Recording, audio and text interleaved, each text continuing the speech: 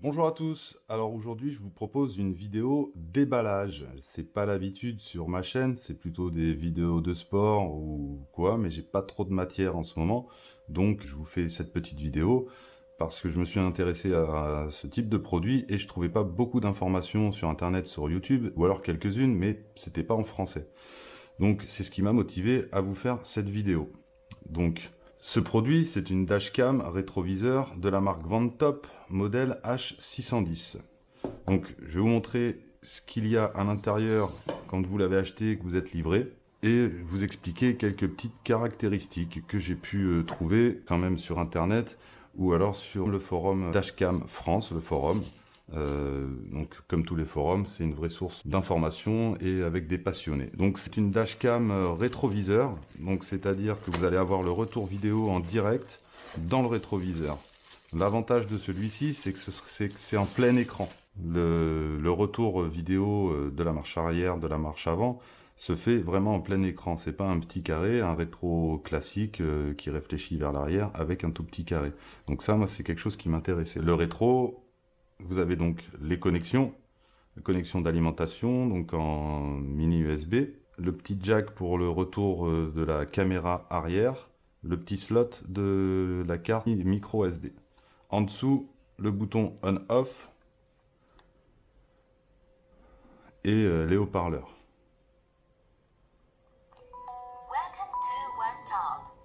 Et les attaches pour le fixer sur votre rétro d'origine. Si vous voulez, je vais vous donner les dimensions précises. Donc, hop, le rétro en lui-même, c'est du 10 pouces, donc c'est 26 cm. Une fois qu'on a tiré, 29 cm. Pour être sûr que ça passe entre les pare-soleil. Ça, moi, c'est un doute pour mon modèle de voiture. Qu'est-ce qu'il y a d'autre dans la boîte? On a la caméra, la petite caméra et son câble de 7 mètres. Le petit jack qui donc devra courir tout le long de la voiture jusqu'au rétroviseur.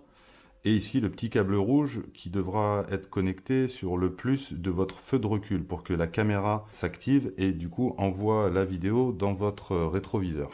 Les dimensions de la caméra si vous le souhaitez. Alors la petite caméra elle fait 2 cm et demi. Hein, c'est un carré, donc ouais, 2 cm et demi. Et en profondeur, 4 cm et demi avec la fixation. Sinon la caméra en elle-même, elle fait que 3 cm, un tout petit peu plus de 3 cm. A priori, elle peut être fixée à l'intérieur comme à l'extérieur. Moi, je la fixerai à l'intérieur pour que ce soit un peu plus discret et qu'il n'y ait pas de souci non plus au niveau d'étanchéité. J'ai quand même un doute. Le câble d'alimentation, branchement sur allume-cigare. Le petit câble petit USB.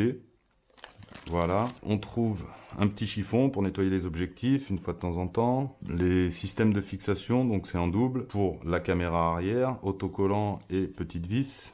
On trouve un petit outil qui permet de soulever un peu les plastiques pour passer les câbles tout au long de la voiture pour les dissimuler au mieux. Et on a deux jeux d'élastiques qui vous permettent de fixer votre rétroviseur sur le rétroviseur d'origine. Donc vous en avez un et un autre de rechange au cas où. Et ensuite, vous avez aussi le manuel d'utilisateur que vous avez en anglais, en français, en espagnol et en chinois. Donc là, ça a l'air pas mal. Donc voilà pour ce qui compose le kit.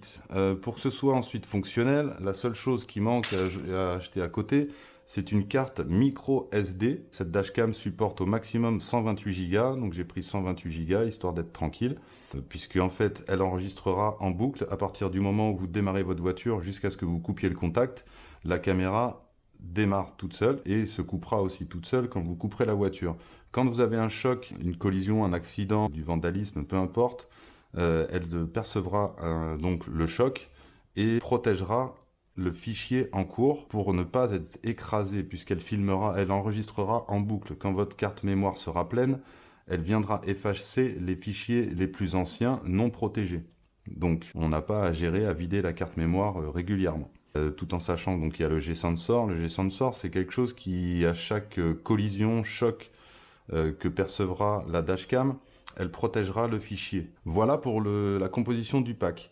Donc moi, si j'ai choisi ce pack à l'origine, je cherchais une caméra d'aide au stationnement et pour être plus précis, je voulais avoir une caméra de recul. En cherchant sur les sites marchands, je trouvais des choses, mais ça me convenait pas. Je voulais vraiment un rétroviseur, avoir la vue dans le rétroviseur et pas avoir un écran supplémentaire dans mon habitacle.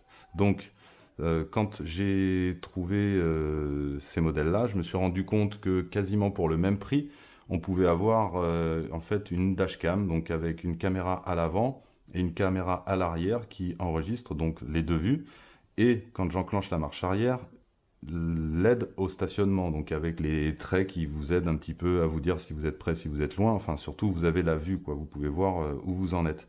Donc, l'intérêt de cette chose-là, c'est vraiment d'avoir la vue de la marche arrière dans l'écran et en plein écran. Ce qui veut dire que pour une camionnette qui n'a pas de vitre à l'arrière, éventuellement, vous pouvez avoir constamment dans votre écran, en plein écran, la vue de la caméra. Donc, même si vous n'avez pas de vitre à l'arrière, ce système-là vous permet d'avoir une vue à l'arrière de votre camion. C'est plutôt pas mal. Et pas d'écran supplémentaire. Ensuite, on va faire un tout petit tour du manuel d'utilisation, donc qui est en français. Donc, il n'y a pas beaucoup de pages. Ouais, c'est quand même assez bref. Il y a quand même une quinzaine de pages, quoi. Dedans, vous avez la liste, donc ce que je viens de faire. Ça vous explique le rétroviseur, les boutons, voilà, l'objectif, comment le fixer, comment l'alimenter. La caméra, la même chose. Comment le démarrer, donc avec le bouton. Et les fonctions, donc vous pouvez régler donc la qualité de vidéo d'enregistrement que vous voulez. Vous pouvez prendre des photos aussi, vérifier et supprimer des fichiers enregistrés directement dans l'écran, le transfert de fichiers. Donc si vous voulez récupérer les fichiers, vous pouvez le faire en retirant la carte mémoire ou connecter directement la dashcam avec un ordinateur via un câble USB. Et voilà, plus de fonctions, vous pouvez basculer entre la vue de la caméra de recul, la vue de la caméra avant et la vue des deux caméras en glissant votre doigt sur l'écran.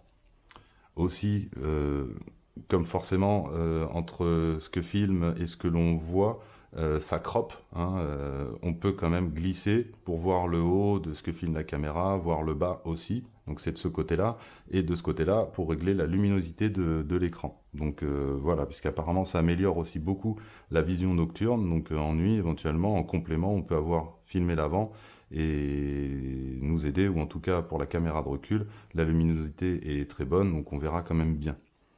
Voilà, donc un petit tour sur les paramètres. Donc vous voyez un petit peu comment se présentera l'écran, vous avez beaucoup de menus. Vous pouvez sélectionner la résolution de la caméra et on peut donc changer donc en 2,5K à l'avant et 1080p à l'arrière.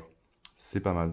L'enregistrement en boucle, on peut sélectionner les séquences 1 minute, 3 minutes ou 5 minutes et ça enregistrera en boucle comme je vous disais pour effacer les fichiers les plus anciens, sauf les fichiers protégés. Le time-lapse aussi, donc au lieu de faire des vidéos, vous pouvez faire un time-lapse, donc ce sera des séquences photos qui seront mises bout à bout pour faire une vidéo. Vous pouvez sélectionner 1 seconde, 2 secondes, 3 secondes, et ça vous prendra moins de mémoire que de faire une vidéo en 2,5K. Vous pouvez activer ou désactiver l'audio des enregistrements. Vous avez donc le G-Sensor, le capteur de sensibilité des chocs, et vous pouvez le régler à bas, moyen, haut ou même l'arrêter. C'est quelque chose de bien utile puisque ça va vous protéger les fichiers à chaque fois que lui détectera un choc. Vous avez la même chose, le G-Sensor à régler mais pour le mode stationnement. Donc là par contre le mode stationnement, il faudra un branchement différent de celui-ci puisque celui-ci c'est un plus après contact. Donc une fois que vous enlèverez la clé, votre caméra ne sera plus alimentée. Elle a une toute petite batterie en fait, mais qui permet de clôturer correctement le fichier vidéo, mais pour qu'il soit, vous puissiez le lire et que l'enregistrement se termine correctement. C'est à ça que sert la batterie. Mais elle ne sert pas au mode stationnement, donc à être en veille toute une nuit et à se mettre à enregistrer quand elle prend un choc. Donc pour ça, il faudra remplacer cette connexion par un adaptateur qu'on vient brancher sur le porte-fusible directement avec un module pour aussi surveiller la tension de votre batterie pour pas la vider en une nuit, quoi.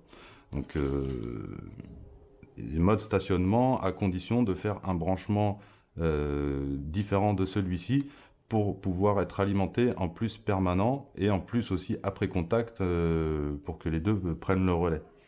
Donc voilà pour le mode stationnement, vous réglez pareil le G-Sensor au moyen bas. Voilà. La licence, vous avez un mode veille aussi, vous pouvez régler la durée du mode veille, comment vous voulez le format de vos fichiers, à H265 ou H264. La fréquence aussi. Vous avez un mode USB pour le stockage, récupérer vos fichiers vidéo. Vous avez aussi, vous pouvez activer ou désactiver le son quand vous cliquez sur l'écran.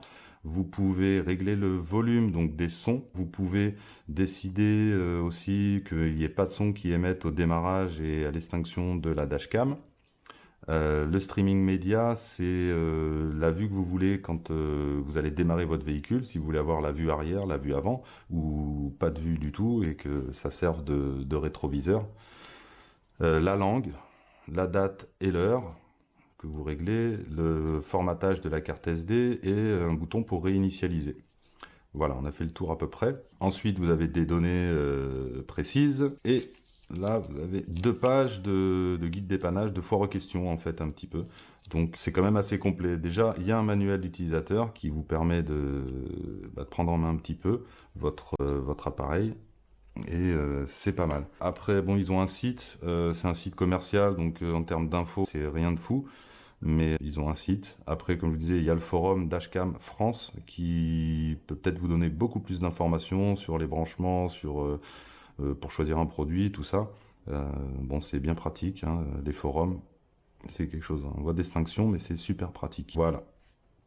Donc je pense que j'ai fait le tour en tout cas de cette vidéo de déballage. J'espère que vous avez pu avoir des informations que vous recherchiez. Suivant l'accueil donc de cette vidéo, je ferai aussi une vidéo sur mon installation et sur un retour aussi d'expérience. Donc si ça vous a plu, faites-le savoir et j'enchaînerai sur une autre vidéo. Je vous souhaite une bonne fin de journée et je vous dis peut-être à bientôt. Au revoir et une grosse dédicace à la BKT. Vive le kite et vive le land kite.